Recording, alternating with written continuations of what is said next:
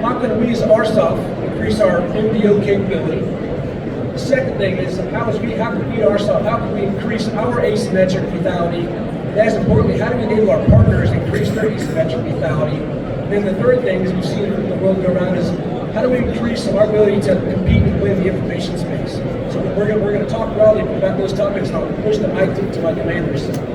Before I go into that, I'd like to give a bit of level setting on what RSOF is and who we are. AUSA RSOF is about 36,000 soldiers. On any given day, we're in 65 to 70 countries, deployed around 2,500 people. So that's us, RSOF, on a daily basis. It's a pretty broad suite of capabilities.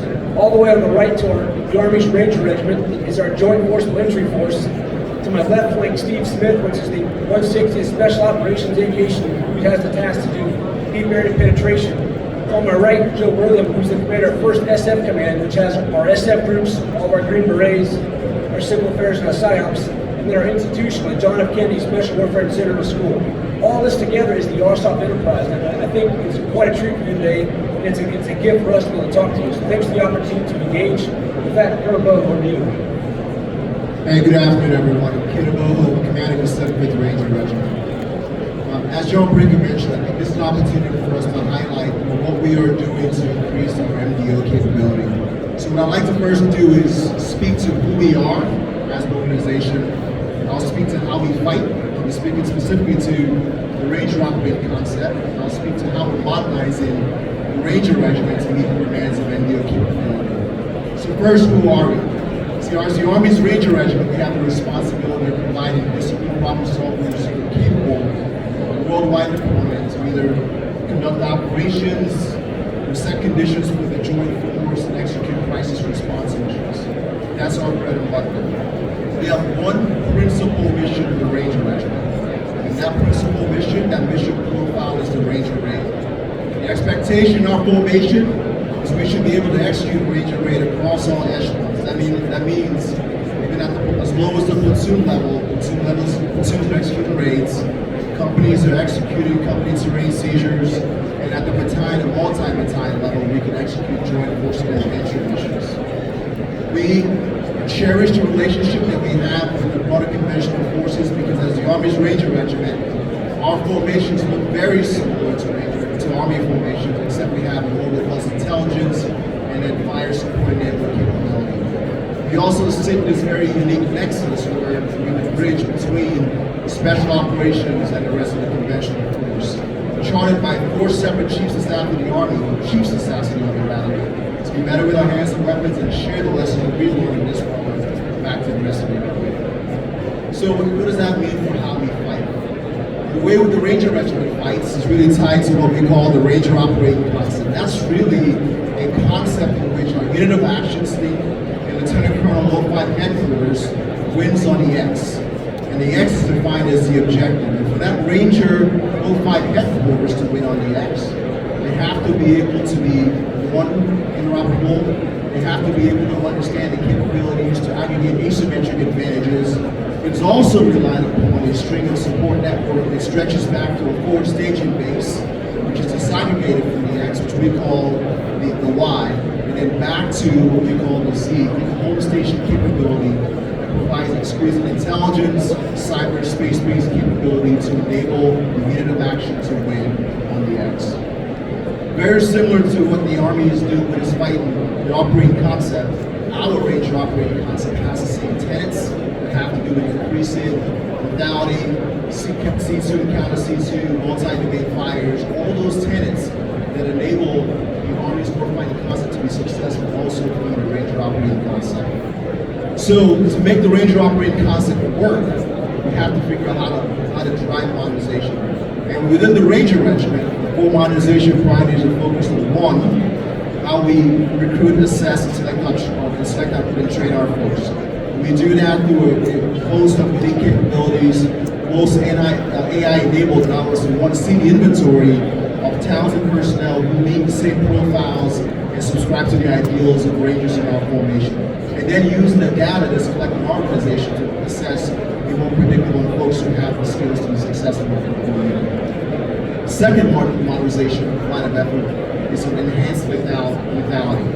And as all the capabilities are enhanced logistics, sustainment, and protection skill sets that drive the Ranger operating concept. Third is C5ISR, so think the resilient comms and interoperable comms allow us to communicate between soft, conventional forces, and then resilient enough to operate in any environment. And the last line of effort is focused on how do we enhance our ability to do over-the-horizon targeting. Our goal is to ensure that the Army's Ranger Regiment can reach out and touch any adversary, no matter where they may be, and there's no such thing as denied territory to the Ranger Regiment. One simple vignette I'll give you is what we're doing. As we looked at a very unique problem set in the Indo-PACOM space, we realized that there was a gap in our capabilities just based on war gaming and mission analysis. And on the dime, we brought a small team together, realized that gap was one-way attack capability, and in quick order, we brought a team together and we were able to create a one-way attack capability that's paying dividends not just for SOF, but for the rest of the Army as a whole. That's all we have from the 7th Ranger Regiment. I'll pass it next to the 160.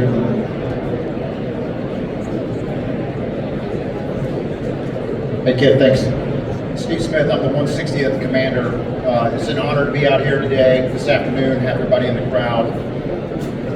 I'm going to talk two things. We exist, the 160th exists for crisis response and denied area penetration.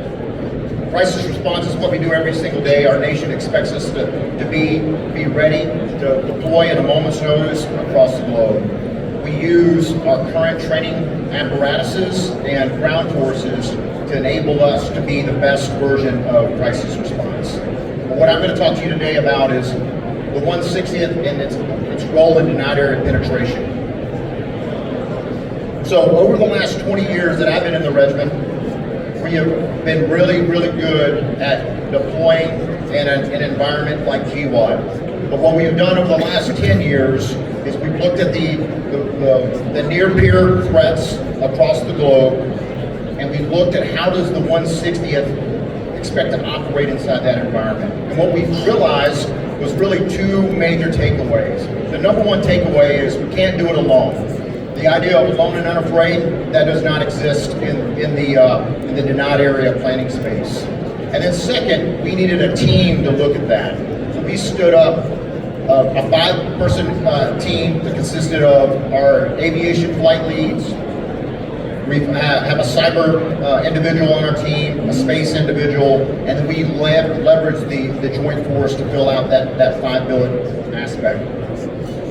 But when we started looking at the training concept of how the 160th is going to operate, we leveraged the 3 range complexes on the west coast of the United States to create an environment that provides us a tyranny at distance problem, but also the complexity of using those 3 ranges to replicate a near peer.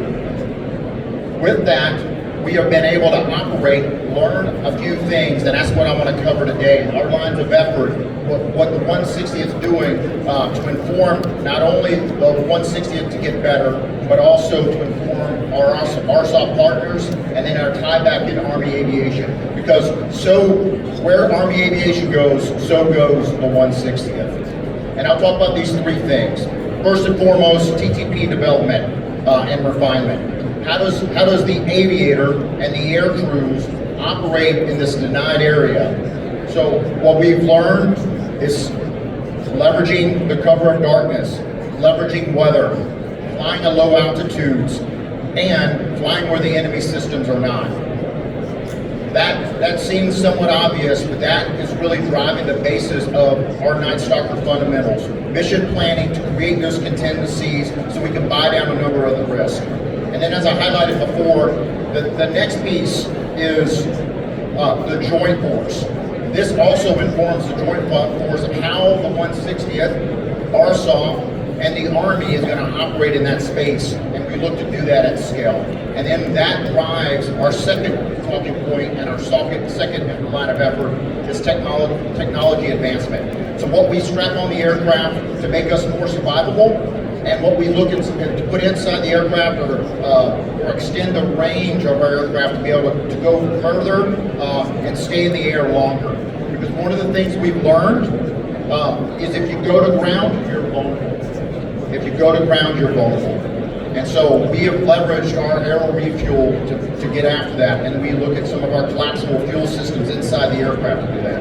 And then lastly, what I'm going to leave with, which I think is super important to put what the 160 is contributions to our modernization efforts, is we're building those denied area planning teams, those subject matter experts that we're trying to build at echelon. We're retaining that at the regiment, we're pushing that down to our battalions, we're leveraging that with our ground force teammates, and we're also pushing it up through Army Aviation with the CAVs. We learn from one another.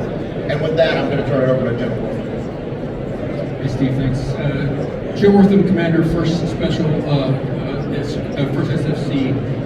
Again, it's a pleasure to be here today. Obviously, a whole bunch of us have been doing this for our whole careers. So this is like having your kids and brothers up here with us. It's kind of fun. I will talk a little bit of what and who First Special Forces Command is. We're about 23,000 people. We are the Army's irregular warfare maneuver capability. And we do that in a couple ways, but most importantly, we do that through a partner or ally. And so that's what we do, and we provide the Army and the Joint Force. We're spread across the globe. We're stationed across the globe, across from Japan, Germany, and all throughout the continental United States. We are comprised of integrated units of Special Forces, Civil Affairs, and psychological operations units. And so that's who we are comprised of, and then all the other parts and pieces that make us who we are. We are also Compo 1 and Compo 3, so we have 2 guard groups in there, which enhance our capability, and we're super glad to have them. What we do is we provide that irregular warfare capability really just to support the Army Division and Corps and the Joint Force, and provide kinetic and non-kinetic effects both inside the deep and the strategic deep areas to help with their targeting capability, and that's what we do for them. I want to talk to you a little bit today about the focus we've had on how we've been changing the force over the past couple of years and the direction that we're going. I'm going to do that in 3 ways. I'll talk about our force structure and the things that we have changed. We'll talk a little bit about how we adopt and integrate technology, and then we'll finally talk about how we train. And those kind of 3 things all together will hopefully give you an idea of what we're doing in the future. Talking a little bit about force structure. About 18 months ago, we started the first real change. We took the legacy shadow platoons that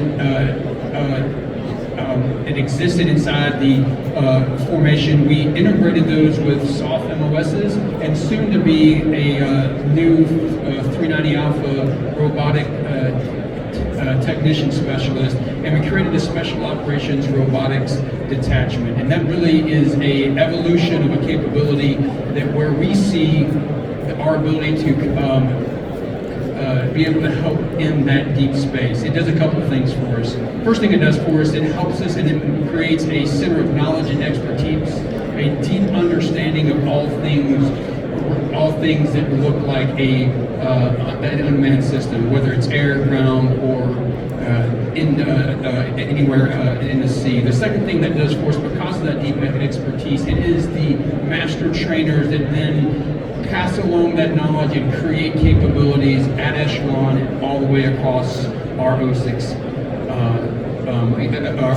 units. The last thing I'm going to talk about is probably the biggest change for us is those swords created us a long-range lethal and non-lethal capability as we watched and learned the effectiveness of one-way unmanned attack capability we see in the current fight. That is going to bring that capability for the first time into our groups. The next thing we'll talk about a bit is we took at the company level, we took and started to enhance and synchronize our MDO capabilities. We say MDO capabilities: space, cyber, SI, SIGINT, EW, and we merged that all in together and started to mix the capabilities so we could sense, see, and strike at the ranges that the Army was asking us to do. And so that's a new capability for us. We've enhanced those. We were doing that. Some of the training in partnership with our teammates here. So that's another big change for us. And the last big structure change that we did, we took what we had was 3 line units, there's 3 maneuver elements, and 1 special troops or sensitive activities centered 05 level headquarters. We have redistributed that sensitive activities and then the NDO capabilities that lived in it and spread it across the other 3, and we created a 4th element that is a line unit. So 4 maneuver 05 kind of headquarters within the group. The last thing that we're going to talk about, or excuse me, the next thing we'll talk about is how we're integrating technology, which is really, really key and fundamental to all of our changes. We all know that the character of war is currently changing, and the best way for us to do that is to saturate unmanned systems of all types into our formation at echelon and at scale. That is our #1 challenge that we have today, is getting it into the hands of our soldiers, just not our maneuver elements, but our logistics, our med, all those other capabilities we need to get in the hand of our soldiers so they can experiment, train with, and learn how to use those in all kinds of operations in the future. The last thing that I'll talk about a little bit here is how we train. Training is really important. Is the fundamental in how we do that. The 2 things that we think about when we do that is being able to train in an environment that is of a peer adversary. So when you think about that and you imagine what that looks like, or we see on the battlefields today, is being able to train in a contested environment, right? At EW, comms denied, continuous enemy being able to see you no matter where you are out there on the battlefield. The last part I would talk about is being able to experience and understand a peer capability when it comes to unmanned systems. We see what the Russians and our peers are doing, the scope, scale, and density, and the intensity that our forces will be exposed to that kind of threat. So not only being able to defend ourselves from them, from that threat, but what fundamental changes in our basics, what our basic fighting, our basic training has to evolve so that we can actually survive and win on the battlefield. I know that was a lot, but I'm going to pause and I'm going to hand it over to Chief Slider. Hey, thanks, Joe. So Jason Slider, I'm the commander of the Army Special Operations Center of Excellence, and I actually have the better of the job of my brothers up here on stage. And the reason why I have the best job is because I get to use all the tools available to me to help narrow the gap between the American public and their Army and inspire young Americans to service. And my Center of Excellence in Fort Bragg, under USAC, we build the world's best special operators, and we make special operators better. And we do that to create advantage. We do that in 3 primary ways. So we recruit in order to provide a reliable supply of candidates so that we can maintain the high physical, intellect, and character standards in our assessment and selection programs. We produce a reliable supply of qualified RSOF soldiers so that the other commanders up here can maintain the initiative on how they organize and employ the force both in competition and in conflict. And then third, we're continuously modernizing our training, our education, and the tools that our soldiers use and the many tasks and missions that we give them in order to create and maintain advantage over our national defense strategy and prioritize adversaries. Our adversaries are transforming. As you've seen here, our operational force is transforming, and so must our centers of excellence and our training base. And so I'll give you 5 examples of how we're doing this at Fort Bragg, inside the schoolhouse.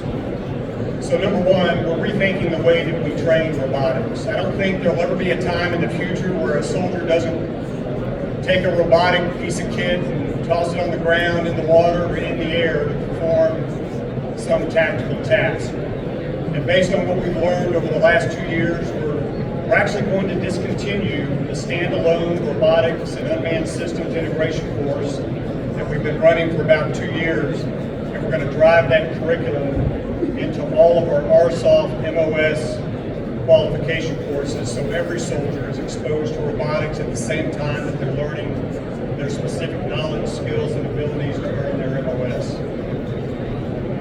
The second point on robotics is we've also learned that commanders at brigade below need expertise on their staff to integrate new technologies as they become available, but also to plan robotics and autonomous systems operations, integrate them into broader plans.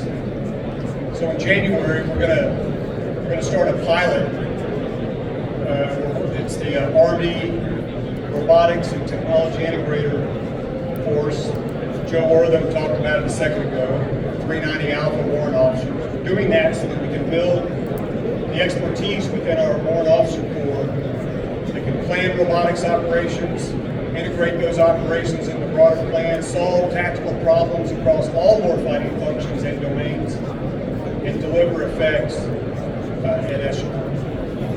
If we go down a little bit to our smaller tactical elements, we're also modernizing how we train signals intelligence and electronic warfare. We know that our soldiers need to be able to geolocate and attack adversary emitters.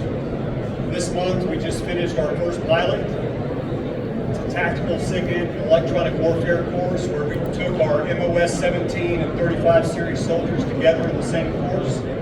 We trained and tested them on their ability to target, characterize, and degrade integrated and layered protection systems that our adversaries use around the world, but also to protect friendly force operations.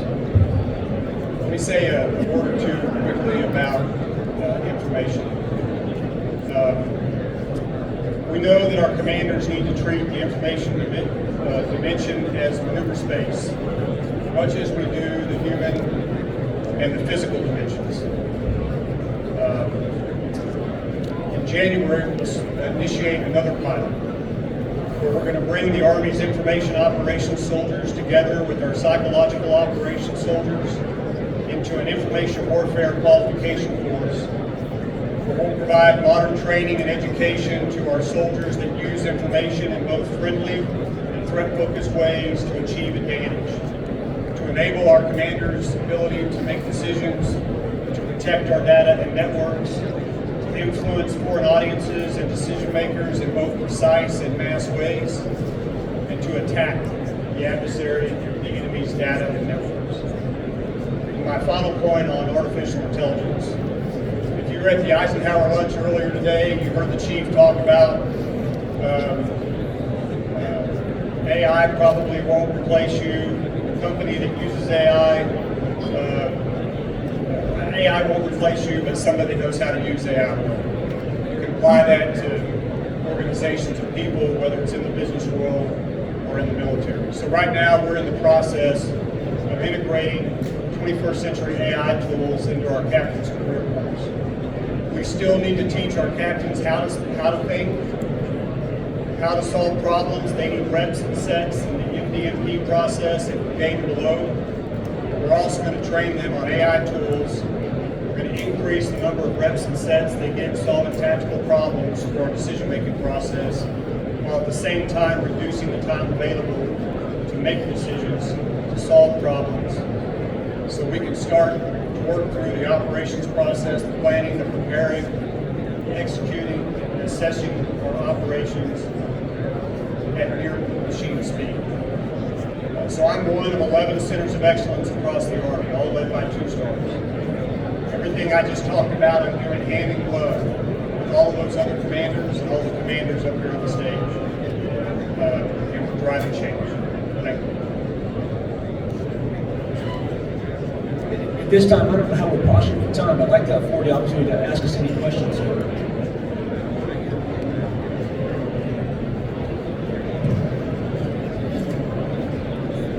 Thank you, Patrick Tucker.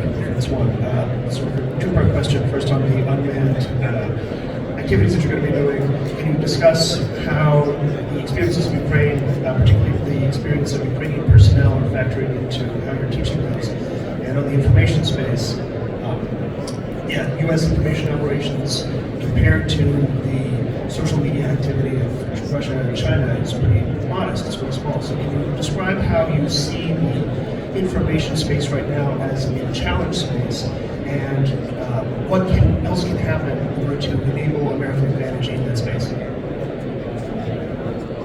Thank you very much. General, you want to tackle the first one, the Ukraine ones, and then Hey, a great question.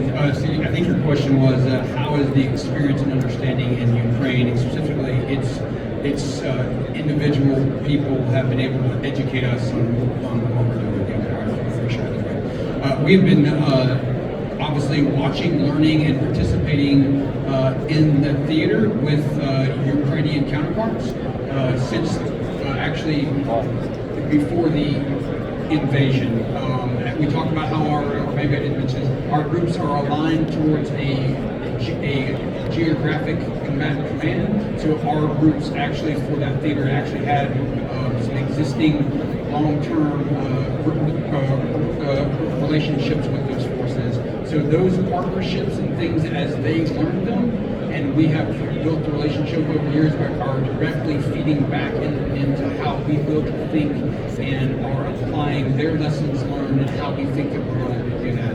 From our construct on how we fight, from how we apply them not just aerial but ground capability, what we see them doing on the sea, and then how they organize and train themselves, and then more importantly about how, as Kurt highlighted before, how they're able to innovate at speed and pace. So when you look at how we think about unmanned systems, we think about having a very agile system that allows us to take a drone or a system on the edge, be able to take, use, and then actually build, change, and adapt them at the speed and pace of war. So we're building all of our people to do that at the lowest level.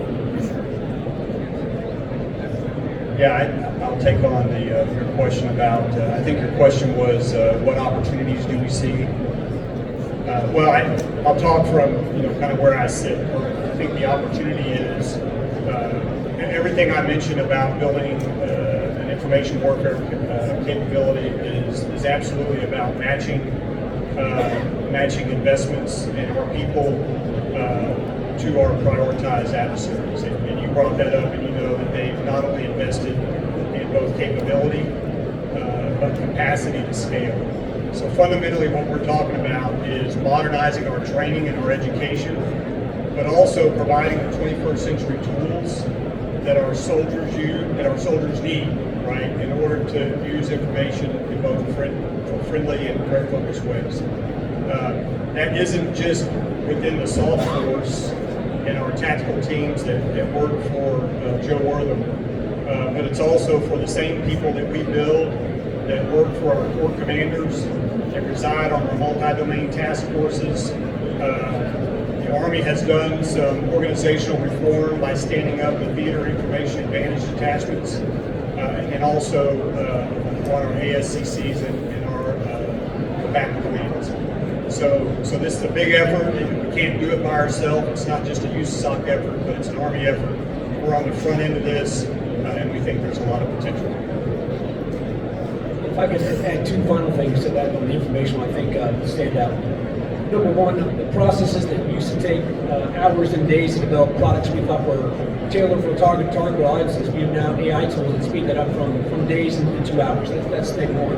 I think the second thing is using the training and technology to be more focused on our target instead of having information operations that were meant to broadly communicate audiences, being more precise to individuals or groups of people, enable us to have more precise effects and measure those effects. Thank you. Good afternoon, gentlemen. Back here. Alex Stein from Vannevar Labs. Thanks so much for your time this afternoon, and I really appreciate the last question for setting me up well for this one. So, General Slider, you mentioned about how we're integrating information as a maneuver space in the schoolhouse. So, to General Brinker, how do you see that expanding out of the operational force? And inherent with them as well. How do you see this expanding out into the operational force, especially with respect to force structure, how information-related capabilities are integrated at the tactical edge, at the special forces groups? How do you see that kind of permeating throughout the entire RSOF institution? Thank you.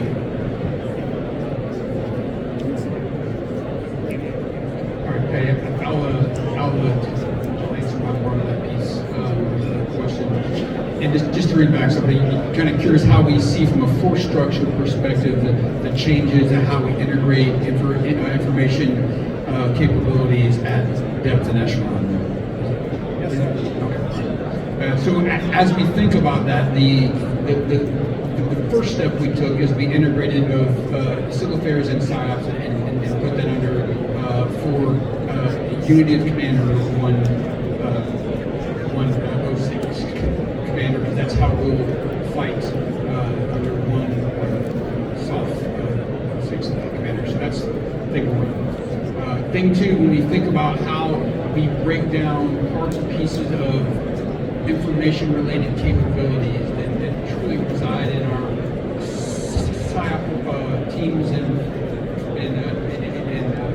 elements, we are currently experimenting with having those cross-functional teams. Like we take at the lowest tactical level and we integrate both civil affairs and PSYOP capability. But what we do see as we're on this journey is really folks that help us sense and see and understand the information environment, and then we echelon that up through from the tactical level to the operational level.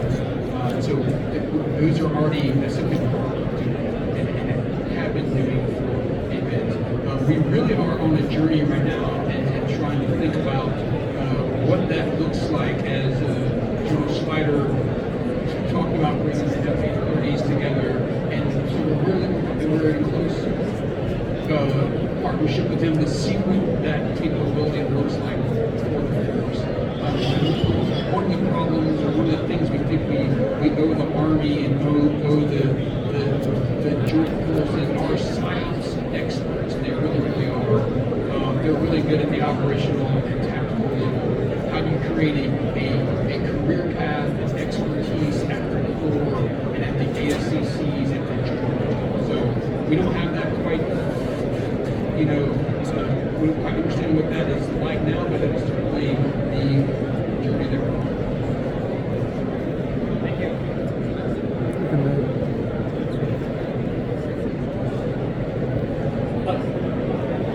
Okay, one more question. Please. Yeah, thank you very much. This is for Colonel Smith. I wanted to drill down a little bit more about, given the much more heavily defended airspace that you'll be operating under, given even things like drones that are attacking rotary wing aviation. Can you talk about some of the ways you'll be able to, operate in A2AD environments? What kind of self-protection measures or counter-drone measures? Just give me a walkthrough on some of that. I appreciate that question. I feel like that was a perfect tee up to a little bit of discussion we had. So it's what we've seen is it is absolutely a layered effect. So what we're going to have on the aircraft to defend the aircraft by itself will not survive in the A2AD environment. So what we're looking at right now is looking at some of those black boxes that have the ability to jam or to push capabilities to the ground. But we're also looking at decoys. We're leveraging unmanned systems. So we have organic, inside the 160, we have organic MQ-1s that we already are using at Echelon. So when we train on the West Coast, we'll use an MQ-1 to lead the half into the objective. And so that also creates a couple different things. We can hang different capabilities on that platform.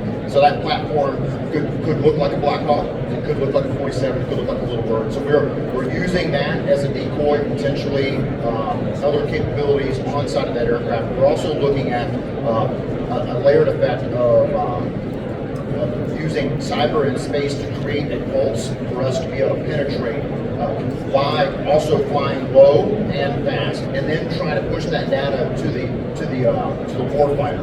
So the aviation warfighter in the cockpit is are the result, are the actions that we are taking having the results we intended? So, for instance, the flight lead in the half, MI detected, and we are pushing that information through wave communication and other advanced technologies to be able to get that flight in a contested environment to inform the aviator on the front line, at the same time informing the C2 node layers back in a more safe environment, so they're synchronized on when to change from a kinetic to a non-kinetic effect. So we're looking at that of how to operate. As I highlighted before, we can't do it alone. So the ability for the 160th or any other air player is it is going to take a multitude of different capabilities to fight an enemy's layer protection of land.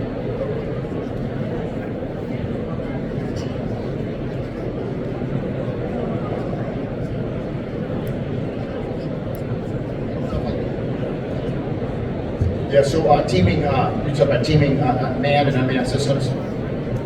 Yeah. So as we've talked with the same place that Army Aviation is looking at, as we talked with General Gill, and we've looked at it for at Echelon, is manned and unmanned teaming is the future. We've talked about the potential of launch effects off the aircraft, or a potential loyal wingman to create that environment where they're, instead of piping things into the aircraft and driving costs inside of a modernization technology in the aircraft, as we use that aspect of a loyal wingman or an autonomous system. And we look for the future, and we see in the near future for like our primary mission of crisis response, and also the non-area penetration, is we still see a human in the loop. We don't expect to send Kit and his team to the X without Night Stalkers in the front of the aircraft. So we still see that manning those aircraft with that capability. But we do see leveraging whatever we can pull from partners, the Joint Force, and also partners to be able to create that environment to where that is a target and not the helicopters.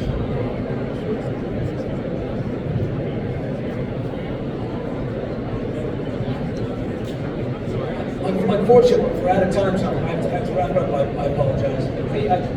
You've been very generous with your time today, and I want to thank you. So there's three things I hope you walked away with from this. Number one, you just feel that folks on the left and right, they're passionate about what they do. They like to talk about it. It's just a happy, it's a fulfilling place to work. I hope that came out to describe it. The second thing I hope you took away from it is, in no way do we think we have it figured out. As you heard, there's a lot of work to do, and I hope for all of us, you can help us strand with humility about the challenges before us are significant, and we're just rolling our sleeves up like the rest of the Army, trying to solve these problems because they're difficult. Here's the third thing I hope you took away. We talked a lot about technology and new things, but I want to assure all of you that although we're trying to be technologically advanced, those basic core tasks that you look to us to have, we're not casting them away. So we feel it's soft. We got to be a master of high tech and low tech, and I think it's a combination of those two things are going to make us valuable to the Army and to the Joint Force going forward. So again, on behalf of all my teammates out there, thanks for allowing us to describe what we do to all of you. It's been an honor. It's an honor to serve in your Army, so thank you very much.